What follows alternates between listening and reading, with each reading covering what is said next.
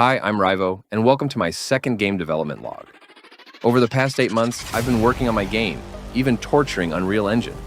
Today, I'll show you my progress and what's next. If you love game development or video games, stick around. Before recording the footage, I disabled the weapon system, which caused the player's hands to look a bit awkward throughout the video. Please note that this is just a technical issue that will be fixed in future development. I've been learning Unreal Engine for 8 months, and here's what I've accomplished so far. Since my time is very limited and the game is large, its development will take quite a bit of time. If you haven't seen my first devlog, the game I'm working on is inspired by Half-Life. You'll play as the first person to step through a portal, a new piece of technology meant to open the way for humanity to colonize other planets, reshape transportation, and influence the future. The player will wear energy-powered wristbands that are key to progressing through the game. These devices can scan anomalies, interact with alien technology, and even open portals. Ammunition and portal access will depend on how much energy the wristbands have stored. After stepping through the first portal, it shatters behind the player, cutting off any way back. This marks the beginning of a journey through portals scattered across space, time, and unknown worlds, all in a fight for survival. But these places are unstable, fractured. As the story unfolds, it becomes clear that the portal technology has opened everywhere in the universe, disrupting its natural balance and allowing anyone nearby to travel freely between worlds. At the end of the game, the player finally manages to return to Earth, only to find it reduced to ruins. The open portal had unleashed deadly creatures upon the planet, turning it into a wasteland. This is the first introductory level of the game, where the player takes a company taxi to work for the portal opening. The level is designed as an introduction, much like in Half-Life, which I find very engaging as it helps immerse players into the atmosphere before the game truly begins. The player will be able to observe the nighttime city and listen to a radio broadcast where scientists discuss the safety and possibilities of the portal, introducing the player to the game's core elements and story. I forgot to mention that the game will be a first-person shooter with platforming and horror elements. Here are some scenes showing how the game looks from the viewport window.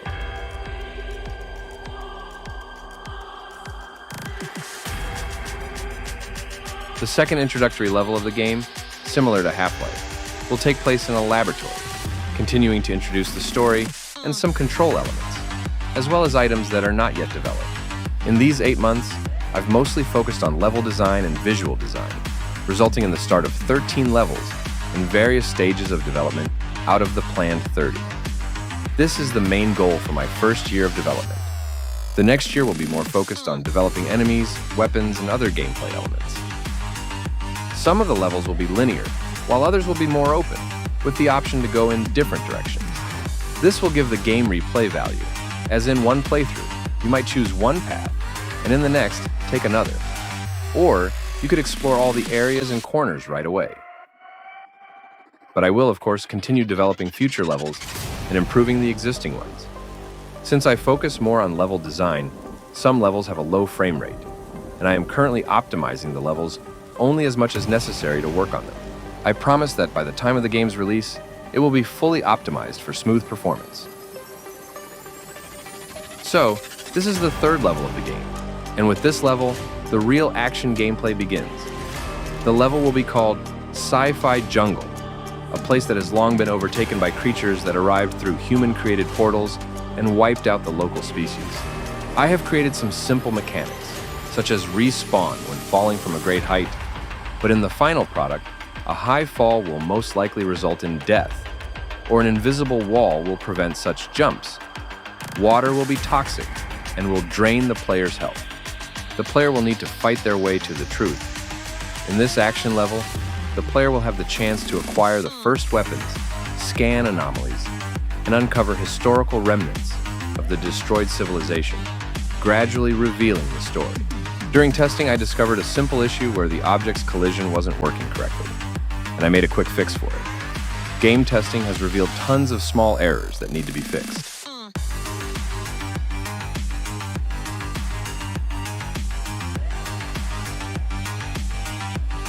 Now the collision is working correctly, and I can continue testing.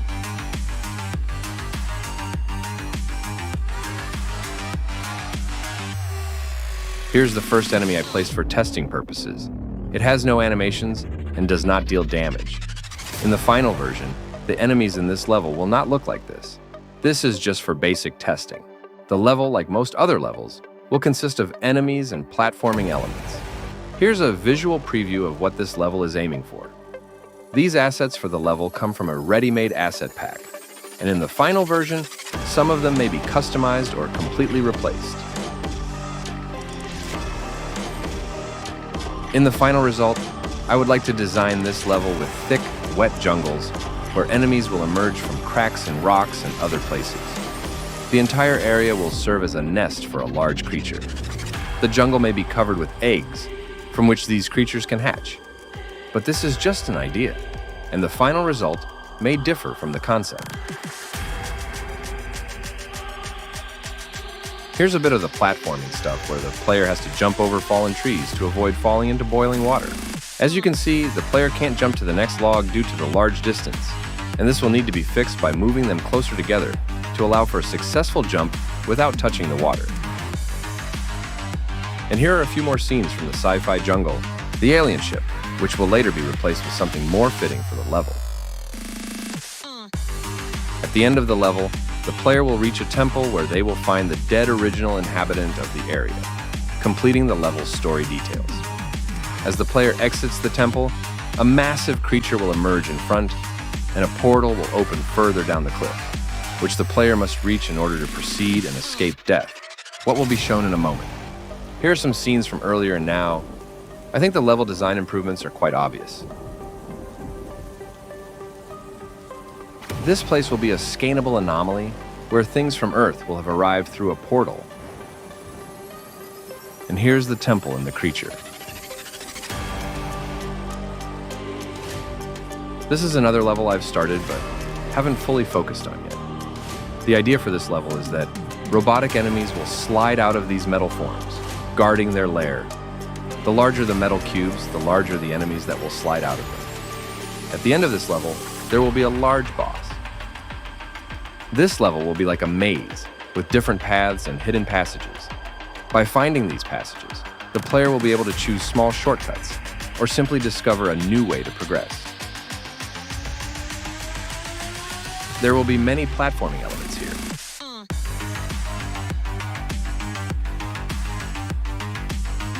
This level will be a straightforward run. The player will be forced to run straight, with many small enemies emerging from various portals on the sides and behind. The goal will be to try to escape and fend them off. The player will run until a ship appears in front of a large portal, which will be the only way to escape. This shows how fire causes damage and how the heal bars regenerate. The next level will be set on the ship the player escaped to in the previous level. It will be complex and horror-themed. The level will feature complete darkness, with enemies from the previous level attacking from shafts and dark corners. At the beginning of the level, the only light will come from the ship's generator room. But to reach it and recharge the wristbands that will enable the portal, the player will need to find a path through the darkness and enemy-filled maze.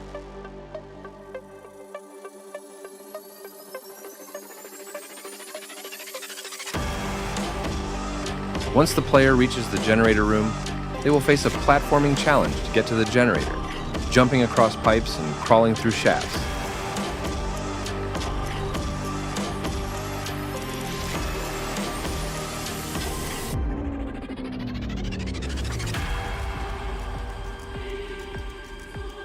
In this strange place, amidst thousands of broken mirrors, there will be individual shards through which the player can pass, allowing them to reach different rooms and progress further in the game. By finding one of these rooms, it may help the player reach another location, which will lead to even more rooms to explore. This will be a large and complex quest-based level called Underground Steam City. The idea is that the peaceful civilization living here is threatened by creatures that have entered through a portal. The player will need to help eliminate these creatures and find out why the energy source of this race is malfunctioning. Once this issue is resolved, the player will be able to use the energy source to recharge their wristbands and continue forward. This location will feature at least one secret passage, which will be unlocked after the first gameplay. The level will consist of a city at the center of the game, surrounded by many tunnels leading to locations like the energy source, water pump system, greenhouses, and so on. I'm really fond of the idea for this level, but it will be quite challenging to create, especially considering the presence of quests. The quests themselves will remain simple, like clearing out monsters from the greenhouse or finding the main residence, etc.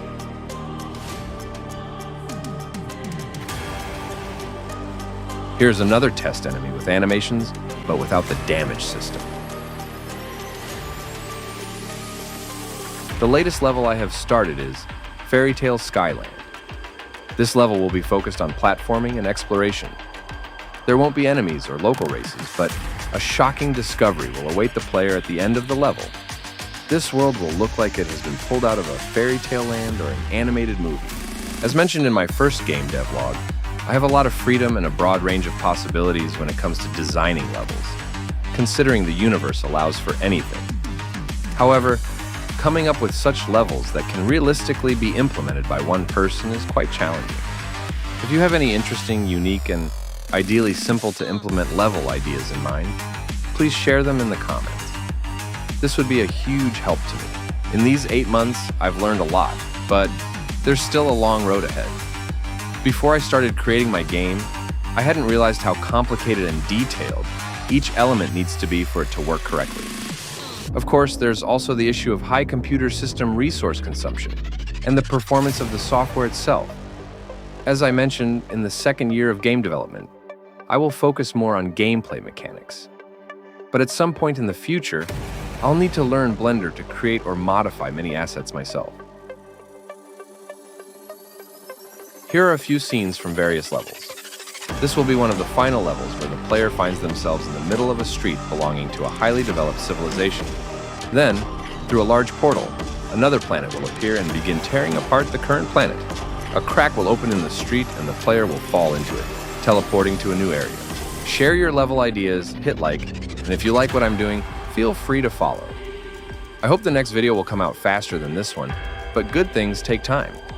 Thank you if you watched until the end, and I'll see you in the next video.